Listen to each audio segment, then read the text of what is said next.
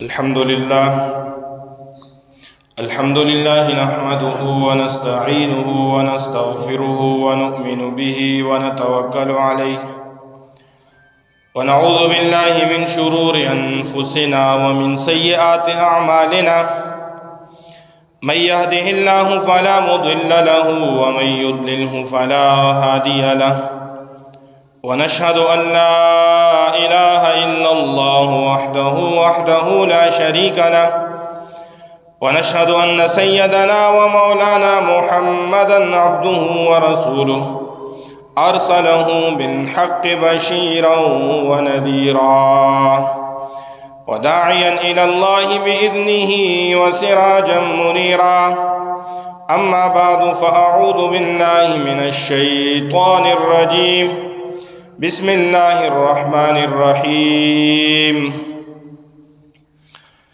كل نفس ذائقة الموت إنما توفون أجوركم يوم القيامة فمن زحزح عن النار وأدخل الجنة فقد فاز وقال تعالى قل إن الموت الذي تفرون منه فإنه ملاقيكم وقال تعالى فمن يعمل مثقال ذرة خيرا يره ومن يعمل مثقال ذرة شرا يره وقال رسول الله صلى الله تعالى عليه وسلم الكيس من دان نفسه وعمل لما بعد الموت وقال رسول الله صلى الله تعالى عليه وسلم يا أبا سفيان والله لتموتن ثم لتبعثن ثم ليدخلن محسنكم الجنة ومسيئكم النار أو كما قال عليه الصلاة والسلام صدق الله العظيم وصدق رسوله النبي الكريم ونحن على ذلك لمن الشاهدين والشاكرين والحمد لله رب العالمين اللهم صل على سيدنا ومولانا محمد وعلى آل سيدنا ومولانا محمد وبارك وسلم تسليما كثيرا كثيرا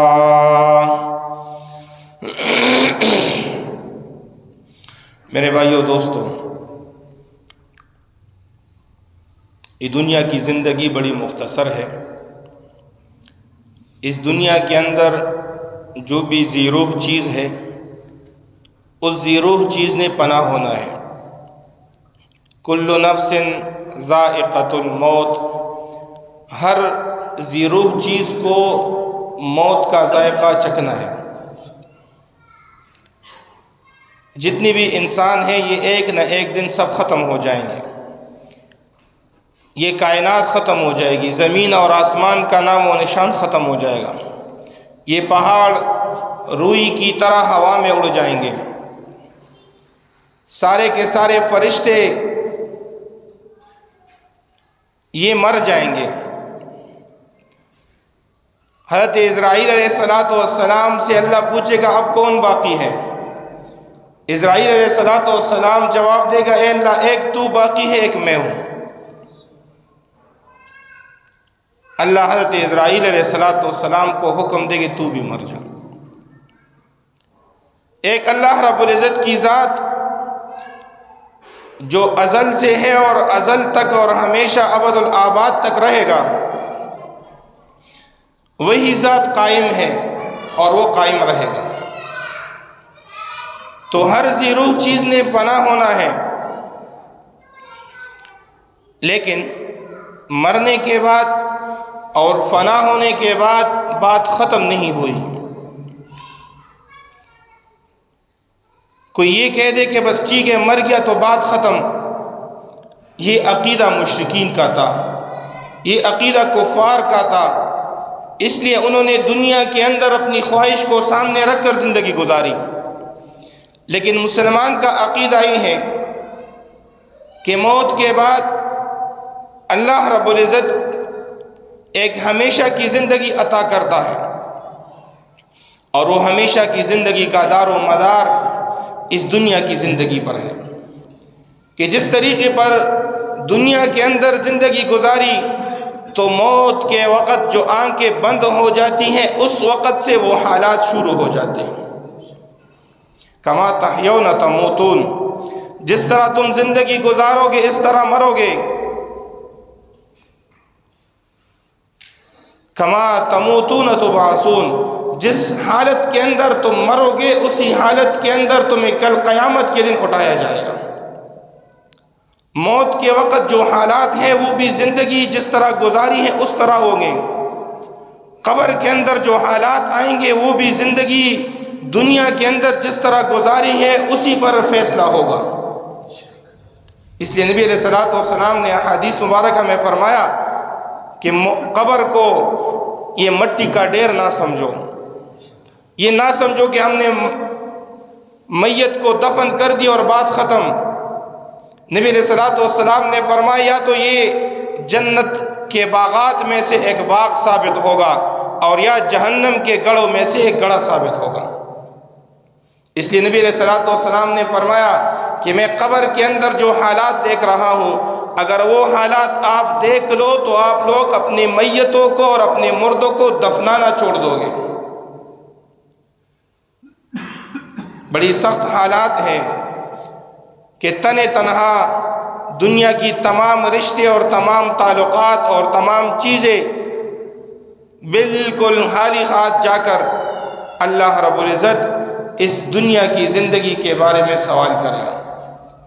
اس لیے میرے بھائیو دوستوں، نبی علیہ الصلوۃ والسلام نے فرمایا کہ جو اول کلام جس کا ہو لا الہ الا اللہ اور جس کا آخری کلمہ لا الہ الا اللہ ہو تو نبی علیہ السلام نے فرمایا دخل الجنہ، یہ جنت کے اندر داخل ہوگا۔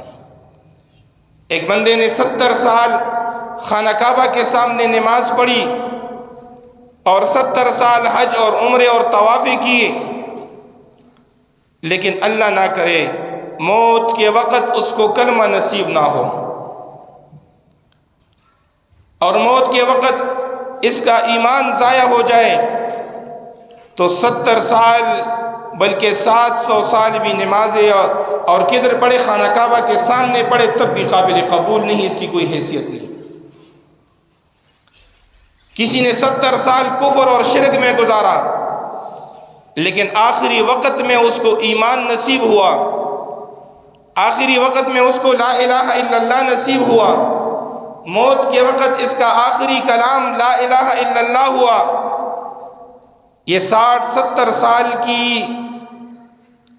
کفر اور شرک اللہ اس کو معاف کر لے گا اور اس کو جنت کے اندر داخل کرے گا۔ تو دار مدار یہ آخری خاتمہ پہ ہے۔ اللہ کرے ہم سب کا خاتمہ ایمان پہ ہو۔ آج فتنے کا دور ہے اور زبان سے کبھی کبھی ایسی بات نکل جاتی ہے کہ جو بندے کو کفر تک لے جاتی ہے۔ اس لیے تو نبی علیہ السلام نے فرمایا صبح کے وقت ایک بندہ جنتی ہوگا، اب جنت میں جانے کے لیے موت رکاوٹ ہے، موت آ گئی اور یہ جنت میں چلا گیا،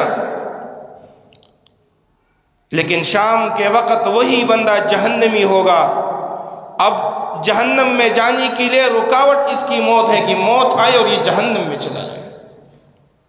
اس کی وجہ یہ ہے کہ کوئی ایسا عمل اس نے کر دیا جس کی وجہ سے یہ کفر تک پہنچا، کوئی بات اس نے اپنی زبان سے ایسی نکالی کہ جس کی وجہ سے یہ کفر کے اندر چلا گیا۔ بہرحال تمام باتوں کا خلاصہ یہ ہے کہ زندگی کا دار مدار یہ آخری خاتمہ کا ہے۔ جس کا خاتمہ ایمان پہ نصیب ہوا اللہ رب العزت آنے والے تمام منازل اس کے لیے آسان کر لیں گے۔ اب وہ آخری خاتمہ ایمان پہ کیسے نصیب ہوگا، اس کے لیے شرط یہ ہے کہ وہ اپنا عمل یہ ایمان والا کرے، یہ اپنی زندگی ایمان کے تقاضوں کے مطابق گزارے، ورنہ نبی کا بیٹا بھی ہو کر اگر ایمان کے تقاضوں کو پورا نہ کرے اور ایمان پر زندگی نہ گزارے تو نبی کا بیٹا ہو کر بھی اللہ کے ہاں اس کی کوئی حیثیت نہیں۔ ورنہ دیکھ لیں حضرت آدم علیہ السلام کا بیٹا قابیل اور دوسرا بیٹا حابیل، قابیل کے دل کے اندر حسد، اس حسد اس حد اور درجے تک پہنچی کہ اس نے اپنے بھائی کو قتل کر دیا۔ جب اس نے اپنے بھائی کو قتل کیا تو پھر بھائی کو دفنانے کا طریقہ نہیں آ رہا تھا۔ اللہ نے عبرت کے لیے ایک دو کوے بھیجے، ایک کوہ مرا ہوا تھا، اس نے اپنے چونچ سے زمین کو کھودا اور اپنے دوسرے کوے کی جو لاش تھی اس کو اس گڈھے کے اندر ڈال دیا۔ اس وقت یہ بڑا افسوس اس نے کیا کہ ہائے میری بربادی کہ میں اپنے بھائی کو دفن کرنے کی بھی لائق نہیں، مجھے اپنے بھائی کو دفن کرنے کا طریقہ بھی نہیں آتا۔ نبی کا بیٹا ہو کر نبی علیہ الصلوۃ والسلام نے فرمایا قیامت کے صبح تک جو لوگ بھی دوسرے کو ناحق قتل کریں گے اس کا حصہ قابیل کا پورا حصہ اس میں ہوگا۔ جو بھی قتل کرے گا ناحق قیامت کے صبح تک اس قتل کے اندر قابیل اپنے قبر کے اندر پڑا ہے لیکن وہ برابر کے شریک ہوگا۔ اس لیے تو نبی علیہ السلام نے فرمایا من سن سنتا حسنتا فلہ اجرھا واجر من عمل بہا، جو کوئی نیک راستہ اختیار کرے، نیک راستے کی بنیاد رکھے اور پھر اس پر عمل بھی کرے، خود عمل کرنے کا ثواب بھی ملے گا اور جو بندہ بھی اس پر عمل کرے گا اس کا اجر و ثواب بھی اس کو ملے گا۔ ومن سن سنتا سیئتا فلہ وزرھا ووزر من عمل بہا، اور جو کوئی ایسا راستہ اختیار کرے کہ جو گمراہی کا ہو، گناہ کا ہو، پھر وہ اس گناہ پر خود بھی عمل کرے اور لوگ بھی اس گناہ کے اندر شامل ہو جائے، فلہ وزرھا، اس کو اس کا گناہ بھی ملے گا، ووزر من عمل بہا، اور جو بھی گناہ میں شریک ہو گیا اس کی وجہ سے اس کا گناہ بھی اس کے سر۔ اس کی آسان مثال کیا ہے؟ کوئی بندہ گاڑی میں جا رہا ہے اور تیز آواز سے اس نے گانا لگایا ہے، یہ خود گانا سن رہا ہے، خود گناہگار ہو رہا ہے، لیکن اس گانے کی آواز 100 لوگوں کے کان میں پڑ رہا ہے، اس 100 لوگوں جو گناہ کے اندر شامل ہو رہے ہیں اس 100 کا گناہ بھی اسی کو مل رہا ہے۔ آج ہمارے نوجوان کیا کرتے ہیں؟ فخر سمجھتے ہیں، باقاعدہ اپنی گاڑی کے اندر ایسا انتظام اور ایسا بندوبست کرتے کہ وہ پوری گاڑی ہلائے، گاڑی کے ساتھ جو عمارت ہو وہ عمارت بھی ہل جائے، باقاعدہ اس کے لیے بڑی بڑی پیسے اور رقم وہ دیتے ہیں، تو رقم دے دو، لیکن تیری وجہ سے جو لوگ گناہگار ہوتے ہیں ان کا گناہ بھی تیرے سر قیامت کے دن ڈالا جائے گا۔ اس لیے خاتمہ ایمان پر ہوگا تو ساری باتیں ٹھیک، اگر خاتمہ ایمان پر نہ ہو تو پھر اگر نبی کا بھی بیٹا ہو تو قابل قبول نہیں۔ حضرت نوح علیہ السلام کے بیٹے کو حضرت نوح علیہ السلام نے فرمایا آؤ میری کشتی کے اندر بیٹھو، لا عاصم اليوم من امر اللہ، آج کے دن اللہ کے عذاب سے بچنے کے لیے کوئی راستہ نہیں۔ اس نے کہا میں پہاڑ پہ چڑھ جاؤں گا، وہاں پر میں بچ جاؤں گا۔ قرآن نے فرمایا وحال بینہم الموج، ایک پانی کا موج آ کر ان کو غرق کر دیا۔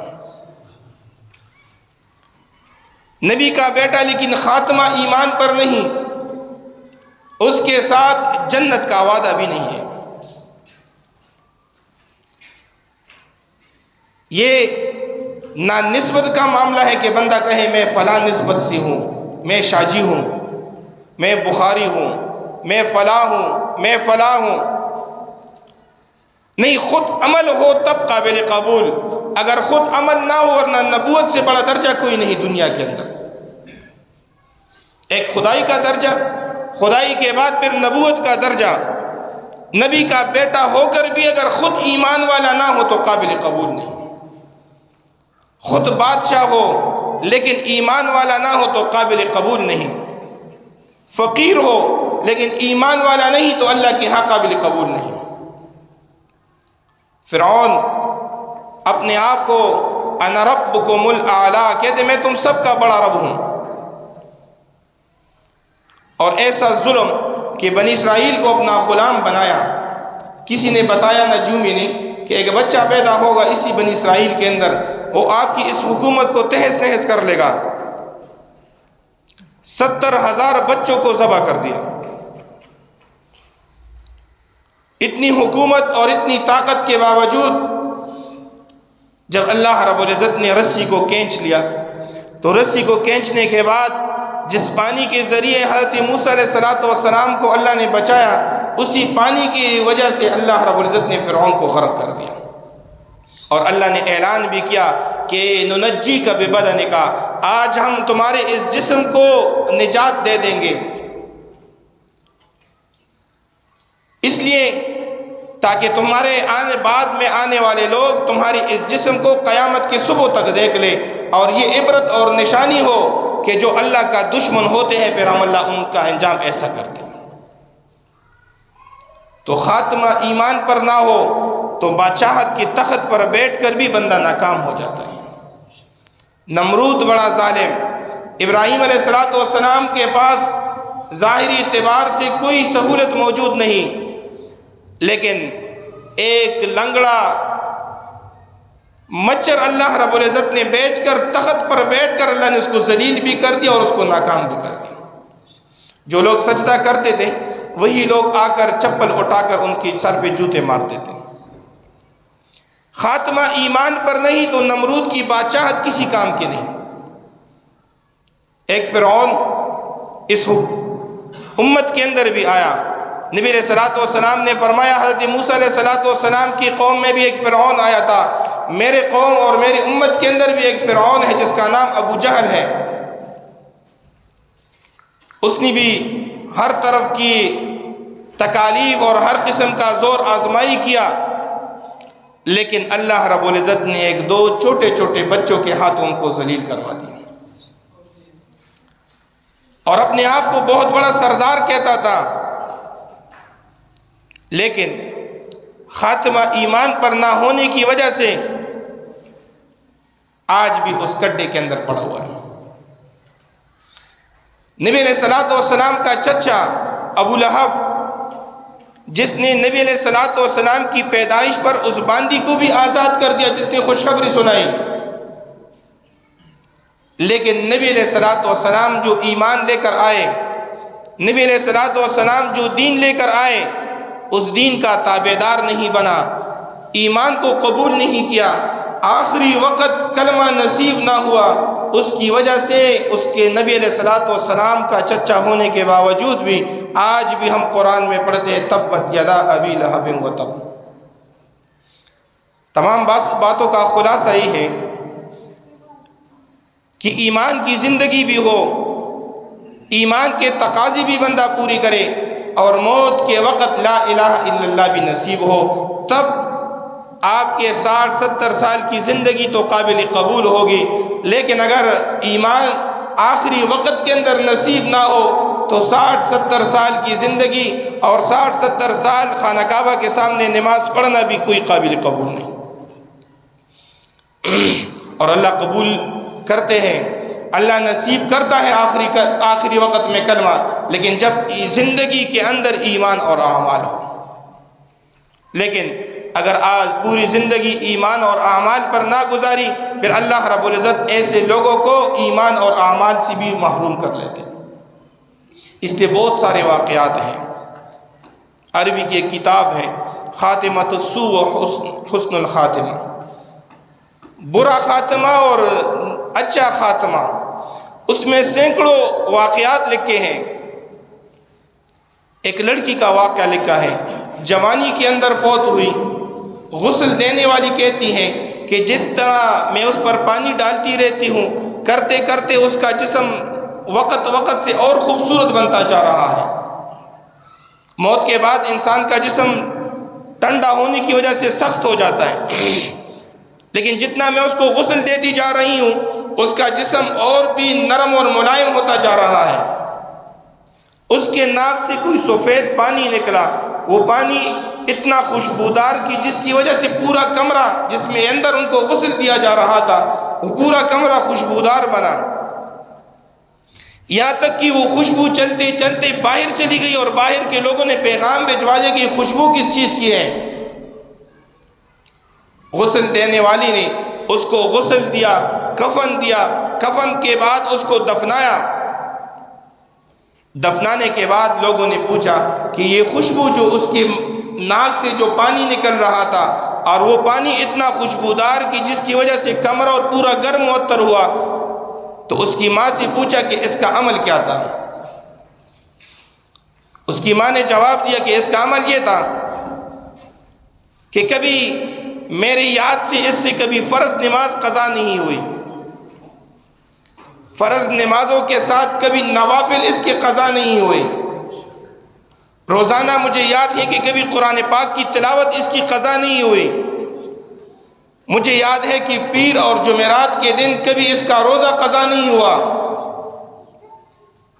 یہ ایمان اور اعمال کی زندگی کا نتیجہ یہ تھا کہ اللہ رب العزت نے قبر میں اتارنے سے پہلے اللہ رب العزت نے دکھا دیا کہ جو ہمارے لیے اپنے خواہشات کو قربان کرتا ہے اور جن کو آخری وقت میں ایمان نصیب ہوتی ہے، پھر اللہ رب العزت ان کو ایسا انعام عطا کرتا ہے۔